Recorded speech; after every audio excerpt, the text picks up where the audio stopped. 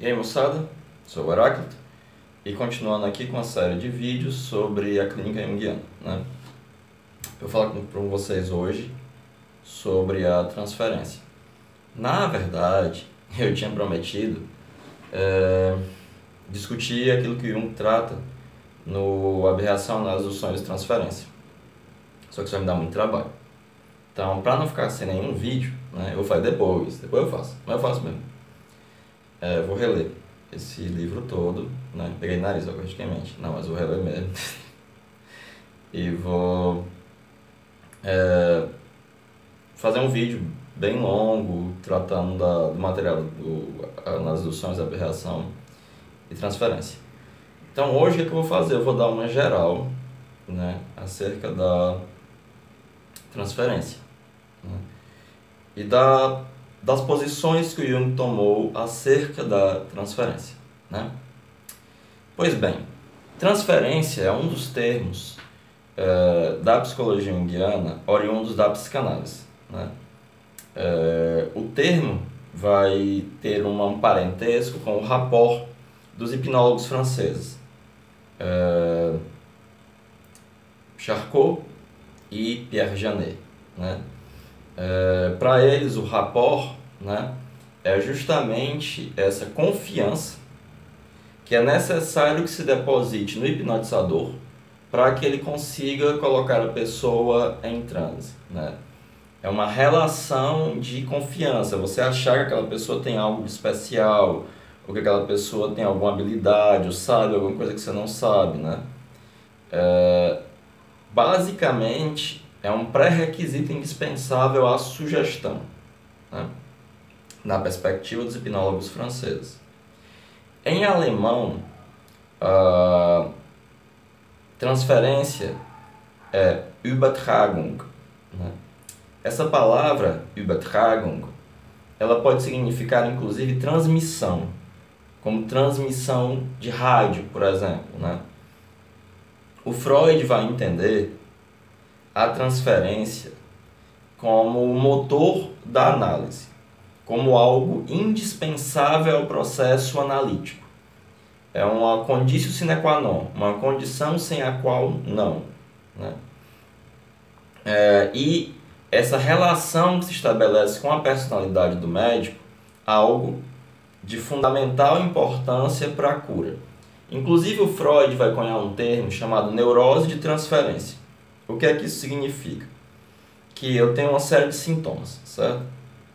E aí eu começo um processo analítico, como Freud preconizava. Em determinado momento, eu vou transferir, eu vou transmitir para o analista as minhas imagens parentais.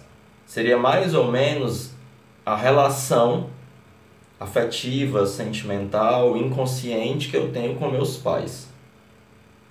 E vai gerar uma valorização inconsciente da figura do médico.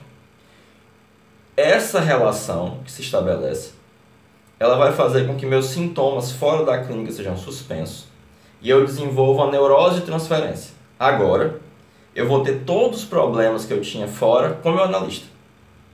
Eu vou ter raiva dele, eu vou falar mal do analista, eu vou ficar apaixonado pelo analista, eu vou um monte de coisa, né? Se a relação com meus pais fosse uma relação boa, eu vou ter uma relação boa. Se for conflituosa, vocês entenderam, né?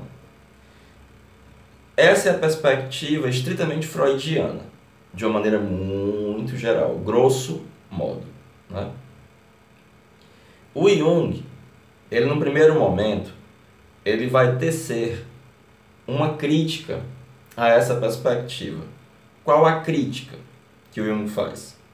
Primeiro que o Freud vai colocar a transferência como algo indispensável para a análise, o motor da análise. E ele vai dar a entender que a transferência é causada pela técnica. A técnica psicanalítica enseja a transferência. E aí o Jung vai fazer duas contraposições importantes em um primeiro momento, certo? Ele vai dizer que diante da autonomia com relação do inconsciente, né,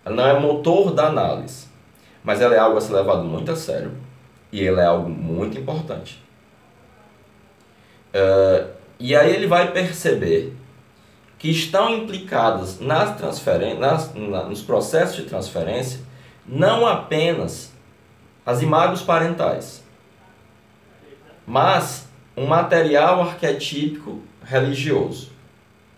Além disso, ele vai perceber, e isso ele fala no volume 9, quando ele vai tratar do arquétipo materno, do arquétipo paterno, que mesmo a relação que estabelecemos com nossos pais, ela é mediada por esses conteúdos arquetípicos. Ele vai falar a seguinte coisa, para tentar ser sucinto. Nenhum objeto é mais conhecido do que seu pai e sua mãe. Porque você os conhece desde que você nasceu. Todavia, nenhuma relação é mais coberta por uma névoa de inconsciência e de ilusões e de transferências do que a relação que estabelece com seus pais, com seu pai e sua mãe. Por quê? Porque eles são os primeiros objetos da projeção desses arquétipos, dessa imagem a priori do masculino e do feminino, né? Do arquétipo paterno e do arquétipo materno. Então o que vai estar em questão, e muito do que você vai entender humanamente desses arquétipos, se dá pelo conteúdo da experiência que você adquiriu de papai e mamãe físicos, objetivos, ou do que quer que tenha ocupado este lugar. Pode ser a igreja, pode ser o Estado, pode ser um tio. Algo vai ocupar esta posição, este lugar, no seu psiquismo, seja consciente ou inconscientemente. Por isso é muito difícil desvencilhar as duas coisas, se não impossível, né? Então ele mantém a posição de que a transferência não é resultante da técnica, porque é um fenômeno inconsciente e automático. É um tipo específico de projeção. Trata-se de uma projeção. Porque para Freud, a projeção é um mecanismo de defesa. E em determinado momento da obra freudiana, a projeção vai ser um mecanismo muito específico da paranoia, né? Para o Jung, não. A projeção é algo muito mais geral, né?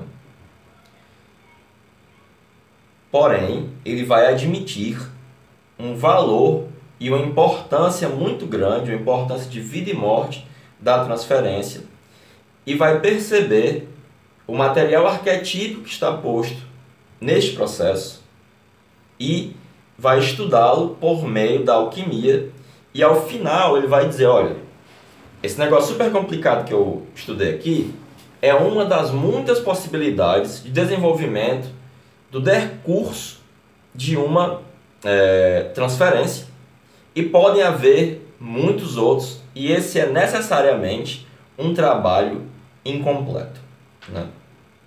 Como eu disse, eu prometo que eu vou reler, reestudar e vou apresentar para vocês esse trabalho do Jung, que é sumamente importante para o trabalho clínico, né?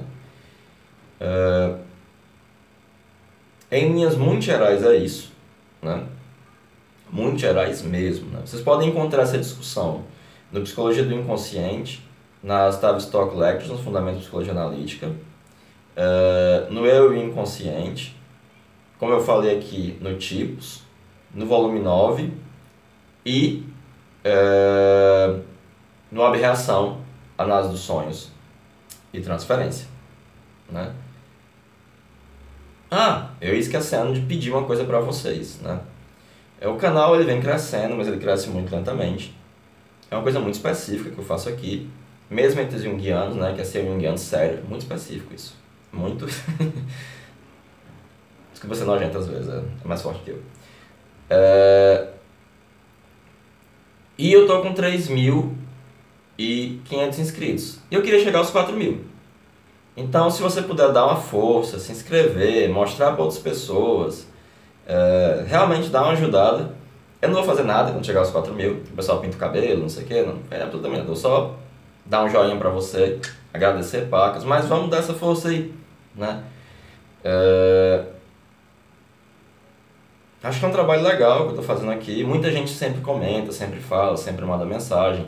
Apesar de eu ser ocupado, pacas, eu faço um esforço para responder quem fala comigo pelo Instagram, quem fala comigo pelo Messenger do Facebook.